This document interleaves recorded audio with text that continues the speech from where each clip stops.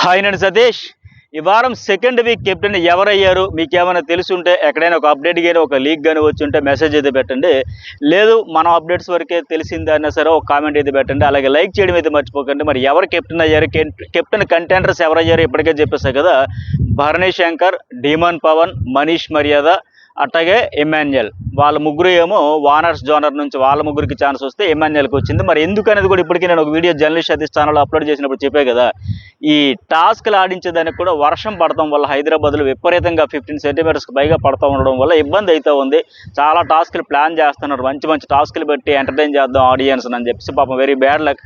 వాళ్ళ కష్టమంతా ఉత్సాహం అంతా నీరు గారిపోతుంది, ఈ నీటిలో కలిసిపోతుందని చెప్పొచ్చు. కుండ పోతక పడిపోతుంది కదా వర్షం, దానివల్ల క్యాన్సిల్ అవుతూ ఉన్నాయి. అట్లాగే ఈ బ్లఫ్ మాస్టర్ టాస్క్ ఏదైతే ఉందో ఒక రకంగా బ్లఫ్ మాస్టర్ అది.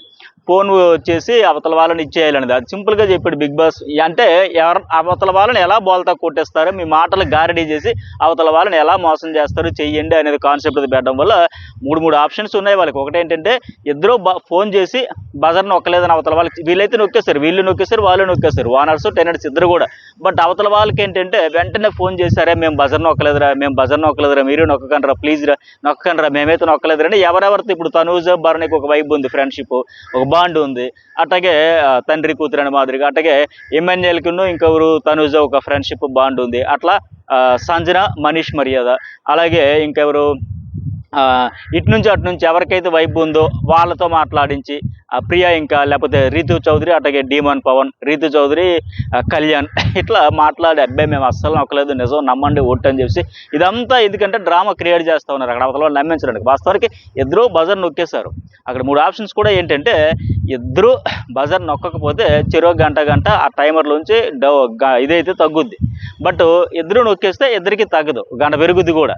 అట్లాగే ఒకరు నొక్కేసి బజరు అవతల వాళ్ళు నొక్కకుండా కన్విన్స్ చేయగలి మోసం చేసి అబద్ధం చేసి ఆపగలిగారు అనుకోండి, అయ్యో అవతల వాళ్ళు నొక్కలేదంటే మనం ఎందుకు నొక్కేస్తామని నొక్కినోడికి గంట పెరుగుద్ది, నొక్కని వాళ్ళకైతే నొక్కిన వాళ్ళకేమో గంట తగ్గుతుంది. అవతల వాళ్ళు ఇటు మోసపోయారు కనుక వాళ్ళకైతే మళ్ళీ కౌంట్ డౌన్ అయితే పెరిగిపోద్ది మరొక 1 అవర్. ఇట్లా ఉంది కనుక ఇద్దరు నొక్కేశారు. ఇవన్నీ చెబుతా ఉన్నారు. ఫైనల్గా ఈ టాస్క్ అయితే ఎవరికి పాయింట్లు రాలే. ఇక ఈ టెనెంట్స్ కష్టాలు అయితే మామూలుగా లేవు. తెల్లవారుజాము వరకు పడుకోకుండా నిద్రపోకుండా ఉంటే వాళ్ళకి ముందే కౌంట్ 0 అయిపోయినా సరే వీళ్ళ కోసం ఉన్నారు. వాళ్ళు కూడా నిద్రపోకుండా కబుర్లు చెప్పుకుంటూ కాలక్షేపం చేసుకుంటూ అంతా ఉన్నారు. ఆ తర్వాత ఇంకొక వేరే టాస్క్లు ఆడిద్దాం అనుకున్న కుదరలే. ఫైనల్గా బిగ్ బాస్ ఏం చేశాడంటే మనకి రెగ్యులర్గా చాలా సీజన్లో వస్తుంది కదా ఒక మంచి ఇంట్రెస్టింగ్ టాస్క్. గొడవలు అవుతాయి, రచ్చ అవుతుంది, రక్కేసుకుంటారు, తోసేసుకుంటారు, నెట్టేసుకుంటారు. ఒక సర్కిల్ పెట్టేసి అందులో టీషర్ట్లతో పంపించి రంగు పూసుకోవడాలు. ఫైనల్గా ఎవరి టీషర్ట్ మీద తక్కువ కలర్ ఉంటే అది జడ్జిమెంట్ చెప్పడం కూడా చాలా సందర్భాల్లో గొడవలు అయినాయి.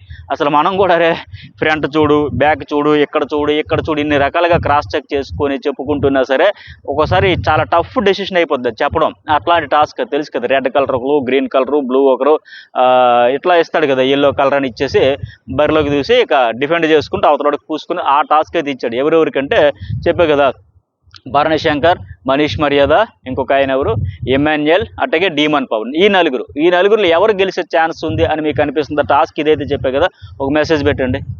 వాస్తవానికి అయితే ఎమాన్యుయల్ వాళ్ళతో పోల్చుకుంటే పొట్టి కనుక ఇతడు కొద్దిగా అవకాశం తక్కువగా ఉంటుంది, మిగతా వాళ్ళతో ఇతడి కంటే హైట్ కనుక అడ్వాంటేజ్ ఉంటుంది. అందరిలో కల్లా మళ్ళీ భరణి కూడా ఎక్కువ స్కోప్ ఉండే ఛాన్స్ ఉంది. ఆయన కూడా హైట్ ఉన్నాడు, పొడుగడి చేతులు ఉంటాయి కనుక. అయితే డీమన్ పవన్ కూడా బలంగా ఉంటాడు, మనీష్ మర్యాద కూడా ఉంటుంది. కానీ ఇక్కడ ఎవరతను భరణి శంకర్కి నిన్న చేతికి కట్లు కట్టారు, ఈ మండ దగ్గర ఇదంతా, చేతికి ఇదంతా.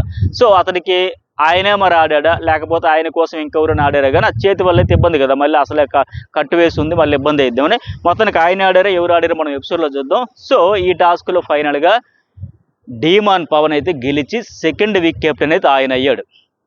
ఇక ఎవరికి పండగ అంటే హ్యాపీ అంటే రీతు చౌదరికి ఫుల్ హ్యాపీ.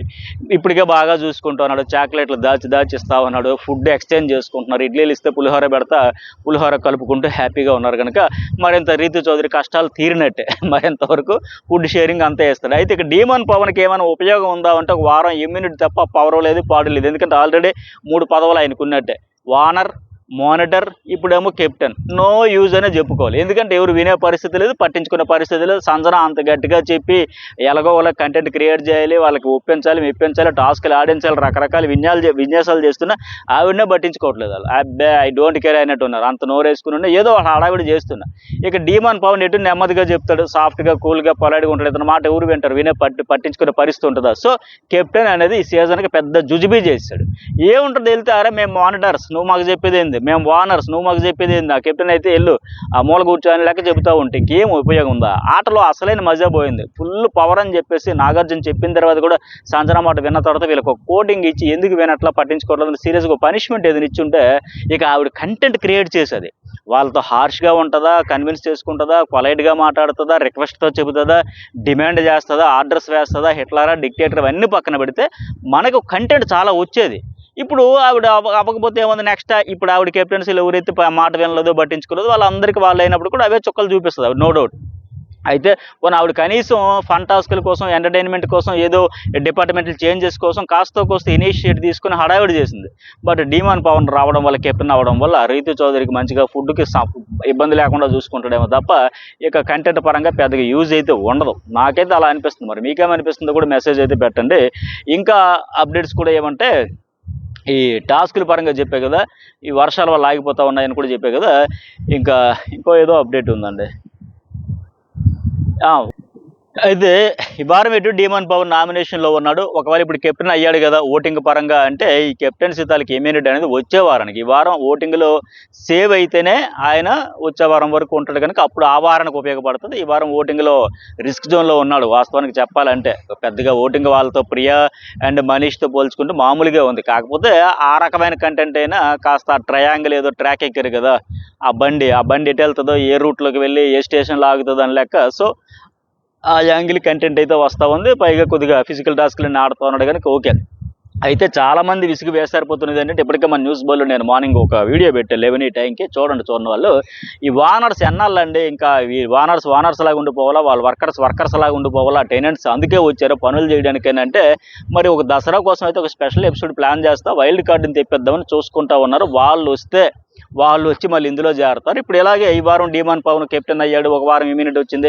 అట్టగా వచ్చే వారం శ్రీజ కానీ ఇంకొక ఎవరు కానీ వచ్చారంటే ఆ ఇరిటేషన్ కంటెస్టెంట్స్ భరించలేం బాబోయ్ వీళ్ళ అతిని అని చెప్పే వాళ్ళందరూ ఒక్కొక్క వారం అవుట్ అయిపోతే అయ్యిద్ది.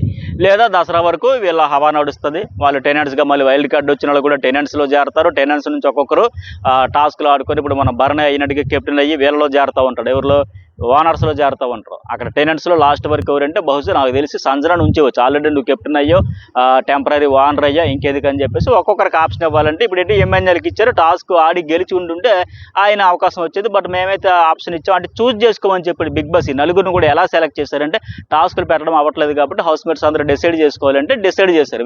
వీళ్ళలోంచి ముగ్గురిని, వాళ్ళలోంచి ఒకరిని. సో నీకు ఇప్పుడు అవకాశం ఇచ్చావు, నువ్వు ఓడిపోయావు కాబట్టి నీకు మరి ఛాన్స్ లేదు, పక్కన పెడదాం. నీకు రాము రాధుడికో లేకపోతే ఇద్దరు అమ్మాయిలు రీతు చౌదరి లేకపోతే ఇంకా ఆ పిల్లెవరు తనుజాకి ఇట్లా అవకాశం ఇస్తే ఫైనల్గా టెనెంట్స్లో లాస్ట్ వరకు ఉండేది సంజన అని నేనైతే ఎక్స్పెక్ట్ చేస్తున్నా. సో ఆ కొత్త వాళ్ళు వైల్డ్ కార్డు వచ్చే వాళ్ళు ఆవిడ కలిపి మళ్ళీ టెనెంట్స్గా కొనసాగుతారు. ఇక్కడ వీళ్ళ నుంచి ఎప్పుడయ్యా బాబు మాకు ఇది అనిపిస్తే, ఎవరు వానర్స్గా ప్రస్తుతం ఉన్న వాళ్ళు కొందరు ఇరిటేటింగ్ అనిపిస్తూ ఉన్నారు కదా. డీమాన్ పవన్ అయితే బిహేవియర్ బాగానే ఉంది మిగతా వాళ్ళతో పోల్చుకుంటే. ఆ మాస్క్ మ్యాన్ ఏంటంటే నెగిటివ్ తీసుకోలేక ఒక అలాగ మూడ్ ఆఫ్ అయిపోయి కూర్చుంటున్నాడు తప్ప కొంత బెటర్. మిగతా ఎవరైతే ప్రియా కానీ, మనీష్ కానీ, శ్రీజ కానీ, వీళ్ళు కొద్దిగా కళ్యాణ్ కానీ, వీళ్ళైతే హార్ష్గా మాట్లాడడం, మాట విసిరేయడం ఇలాంటి కొద్దిగా అతి చేస్తూ ఉన్నారు ఫీలింగ్ ఉంది కదా. వాళ్ళైతే ప్రస్తుతానికి ఉంటారు. ఒకవేళ ఎవరైనా ఎలిమినేట్ అయిపోతే ఈ వారం ఫ్లోరస్ అయిన ఓటింగ్లో అడ్డంగా పడుతుంది. ఒకవేళ ఆవిడ కూడా అవుట్ అయిపోతే ఇక వీళ్ళ నామినేషన్లోకి వస్తే ఒక్కో వికెట్ పడతా ఉంటుంది. అలా తగ్గుతుంది ఇంకా వీళ్ళ తాలూకా హడావిడి అంతా. సో మరి మీకేమనిపించింది కొత్త కెప్టెన్సీ డీమాన్ పవన్ పై ఎవరైతే బెటర్ అనిపించింది అనేది కూడా ఒక మెసేజ్ అయితే పెట్టండి, లైక్ చేయండి, సబ్స్క్రైబ్ చేసుకోవడం అయితే మర్చిపోకండి.